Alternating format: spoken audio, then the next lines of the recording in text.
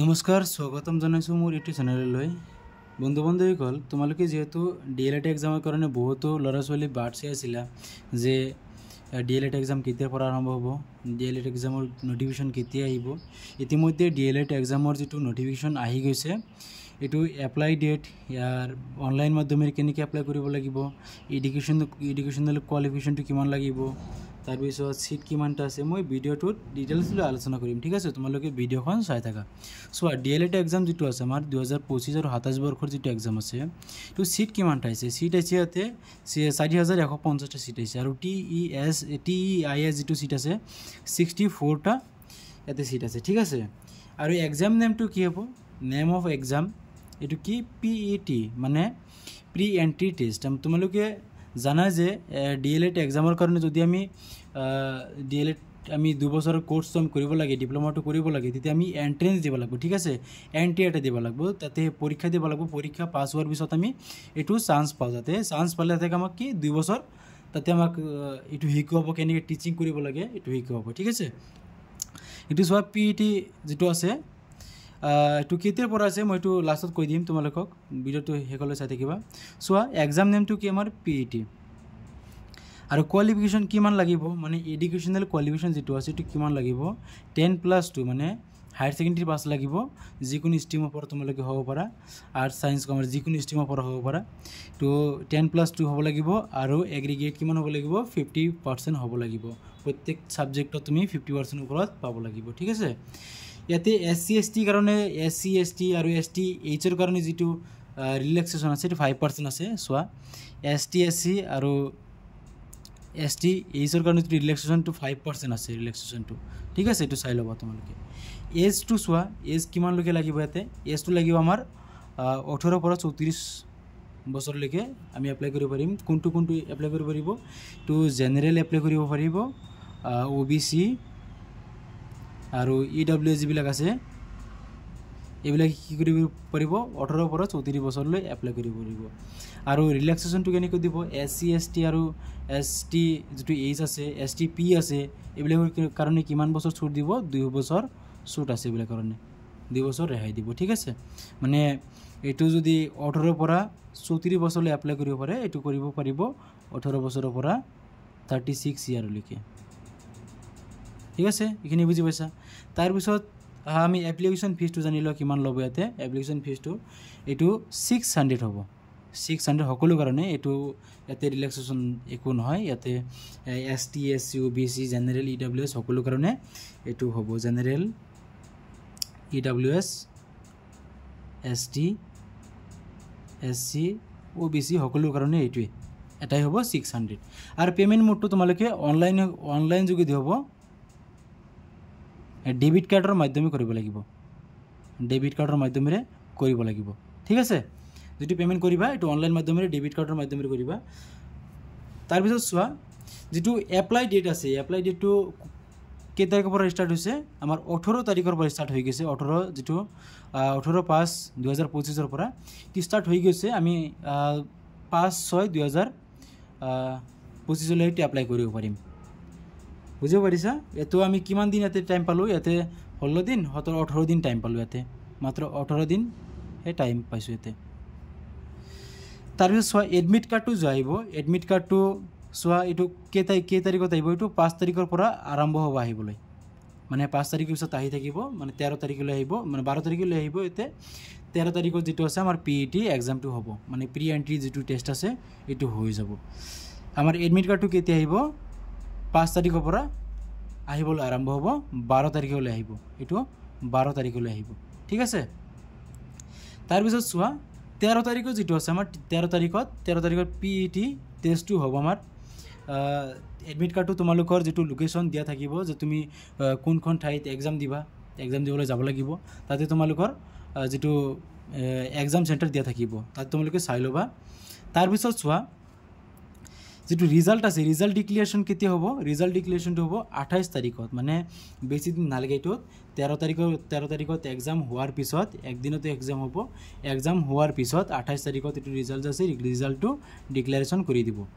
মানে আমি ক'ব পাৰো 28 দিনত আমি ৰিজাল্টটো পাম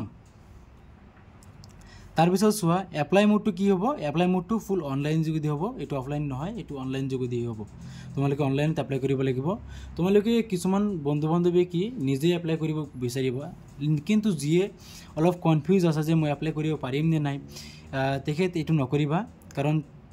50 টকা 100 টকাৰ কাৰণে তোমালোকে ভুল ভ্ৰান্তি হৈ গ'লে তাতে তোমালোকে এডমিট কাৰ্ড নাহে গতিকে তোমালোকে যেটো সাইবার ক্যাফে আছে ক্যাফে যাবি লবা তাতে তোমালোকে 50 টকা 100 টকা এটা দি তাতে তোমালোকে অনলাইনটো কৰি লবা ঠিক আছে আৰু যিসকল বন্ধু বান্ধৱী কৰিব পাৰা এইটো ভাল কথা আৰু যিসকল অলপ ডাউট আছে তাতে সাইবাৰ ক্যাফে তাতে তাৰ পৰা কৰি লবা তাৰপিছত কি আছে ইয়াতে চোৱা যেটো টেস্ট হ'ব টেস্টটো আমাৰ দুটা সেকশনত হ'ব এটা হ'ব সেকশন 1 এটা সেকশন বি মই এইটোৰ বিষয়ে মই ডিটেইলছ এটা ভিডিও লৈ আহিম মানে সেকশন 1 কি থাকিব সেকশন 2 কি থাকিব মানে কোনটোত এক্সাম মানে কিমান মাৰ্ক আহিব মই ডিটেইলছ এটা ভিডিও লৈ আহিম তাতে মই কৈ দিম অনলাইনটো কেনে কৰিব লাগিব অনলাইনটো মই ফুল এপ্লাই কৰি তোমালোকক দেখুৱাই দিম নেক্সট ভিডিওটো ঠিক আছে ইয়াতে চাইলো যে টেস্টটো দুটা সেকশনত হ'ব এটা সেকশন 1 সেকশন 2 আৰু যে টোটাল মাৰ্ক আছে টোটাল মাৰ্ক হ'ব 100 মাৰ্কৰ এটা এক্সাম হ'ব ঠিক আছে সেকশন 1 সেকশন 2 মিলি 100 মাৰ্কৰ এক্সাম হ'ব যেটো কোশ্চেন হ'ব কোশ্চেন হ'ব ব্ৰডলি কোশ্চেন নাহেতে এমসিকিউ কোশ্চেন হ'ব এতে ঠিক আছে এমসিকিউ কোশ্চেন হ'ব এতে মানে মাল্টিপল চয়েস কোশ্চেন থাকিব তোমালোকে মাল্টিপল চয়েস কোশ্চেনৰ পৰা এ বি সি ডি থাকিব তাৰ পৰা তোমালোকে চয়েস কৰিব লাগিব আৰু যেটো আছে আমাৰ 100 টা কোশ্চেন থাকিব এতে এটা কোশ্চেন 1 মাৰ্কৰ হৈ গ'ল যদি 100 টা কোশ্চেন 100 মাৰ্কৰ হয় এটা কোশ্চেন আমাৰ 1 মাৰ্কৰ হৈ গ'ল ইয়াতে নেগেটিভ মাৰ্কিং থাকিবনে সকলোৰ মনত এটো কোশ্চেন আহিব পাৰে যে ইয়াতে নেগেটিভ মাৰ্কিং থাকিব নেকি হয় এটো নেগেটিভ মাৰ্কিং থাকিব কিমান থাকিব 1/4 মানে যদি তুমি চাৰিটা ভুল কৰা মানে চাৰিটা উত্তৰ ভুল কৰি দিয়া তোমালোকৰ 1 মাৰ্ক ইয়াতে কটা যাব ঠিক আছে 1 মাৰ্ক ইয়াতে কটা যাব সো নেগেটিভ মাৰ্কিং কিমান দিছাতে 0.25 মানে তোমালোকে চাৰিটা যদি কোশ্চেনৰ আনসাৰ ভুল কৰি দিয়া তোমালোকৰ যেটো স্কোৰ মাৰ্ক আছে তাৰ পৰা 1 মাৰ্ক নেগেটিভ হৈ যাব মাইনাস হৈ যাব বুজি পাৰিছা এইটো যেটো নোটিফিকেশন আইছে মই শর্ট নোটিফিকেশনটো দি দিলো মানে ফুল নোটিফিকেশন দিছো এতে মানে যেটো এক্সামৰ যেটো প্যাটাৰ্ন হয় প্যাটাৰ্নটোৰ ওপৰত মই ভিডিও নতুন এটা ভিডিও লৈ আহিম তাতে তোমালোকক ফুললি মই দেখুৱাই দিম যে কেনেকৈ এপ্লাইটো কৰিব লাগিব আৰু কোনটো সাবজেক্টৰ কিমান মাৰ্ক আছে তোমালোকে এতে চোৱা যে এইচএস পাস কৰা যিবিলাক ছাত্ৰছাত্ৰী আছে তেওঁলোকৰ কাৰণে অতি ভাল সুযোগ এইটো ঠিক আছে অতি ভাল সুযোগ তোমালোকে এইটো ডিএলএড যদি ডিএলএড কৰিব পাৰা ডিএলএড কৰাৰ পিছত তোমালোকৰ কি এই স্কুলৰ যেটো চাকৰি আছে মানে এলিমেন্টাৰী যেটো স্কুলৰ চাকৰি আছে তোমালোকে এইটো কৰিব পাৰিবা নহলে যদি এইটো নোৱাৰা তেনেহলে তোমালোকে বিএসসি বিএ এইবিলাক পাস কৰি ডিগ্ৰী লোৱাৰ পিছত তাৰ পিছত তোমালোকে বিএড কৰিব লাগিব বিএড কৰাৰ পিছত তোমালোকে কি হাই স্কুল অথবা শিক্ষান্ত পৰীক্ষাৰ তোমালোকে টিচাৰ হ'ব পাৰিবা মানে শিক্ষাৰ জগতত পাতনি মিলিব পাৰিবা তোমালোকে চোৱা এইচএস পাস কৰা যিবিলাক ছাত্ৰছাত্ৰী আছে তেওঁলোকক কৈ আছো তোমালোকে যদি কম বয়সত চাকৰি কৰিব বিচাৰা তোমালোকে এইটো পৰীক্ষাত অলপ মনোযোগ দিয়া তোমালোকে যেহেতু ইয়াতে চাইছা যে 060 চোৱা 0 মানে 5 তাৰিখ 6 মাহ 2025 এটো কি এপ্লাই লাষ্ট ডেট আৰু কি এডমিট কাৰ্ড আহিব কিমান তাৰিখে মই কৈ দিছিলো এডমিট কাৰ্ড আহিব তোমালোকৰ 5 তাৰিখৰ পৰা আহিবলৈ আৰম্ভ হ'ব 13 তাৰিখত এক্সাম হ'ব মানে চোৱা ইয়াতে কিমান মাহ পাই আছো 1 মাহ সময় পাই আছো ইয়াতে 1 মাহ সময় পাই আছো 1 মাহ সময় ইয়াতে পাই আছো 1 মাহত আমি কি যিকেটা সিলেবাস আছে সিলেবাসটো কভাৰ কৰিবলৈ চেষ্টা কৰিব লাগিব ঠিক আছে যদি এটো কৰিব পৰা যায় তেনেহলে খুবেই লাভদায়ক হ'ব এটো বিশেষকৈ এইচএস ষ্টুডেন্টৰ কাৰণে কি বহুত ষ্টুডেন্ট আছে কি পিছত পঢ়িবলৈ মন না যায় আৰু ইয়াতে কি যে তেওঁলোকে কিবা এটা ইন্টাৰভিউ দি থাকে নাপায় তাতে ঠিক আছে তোমালোকৰ কাৰণে কি এটা ভালে অপৰচুনিটি হয় এটো সিট আছে এতে বহুত সিট দিছে 4150 টা সিট দিছে তাতে সিটৰ চান্স পাই গলে আৰু ডিএলএড কৰাৰ পিছত তোমালোকে এলপিএমই স্কুল অথবা প্ৰাইভেট স্কুলত তোমালোকে অতি সহজে মানে কাম কৰিব পাৰিবা যেহেতু তোমালোকৰ অভিজ্ঞতা থাকিব ডিএলএডৰ যেটো অভিজ্ঞতা এইটো থাকিব তোমালোকৰ ঠিক আছে তোমালোকে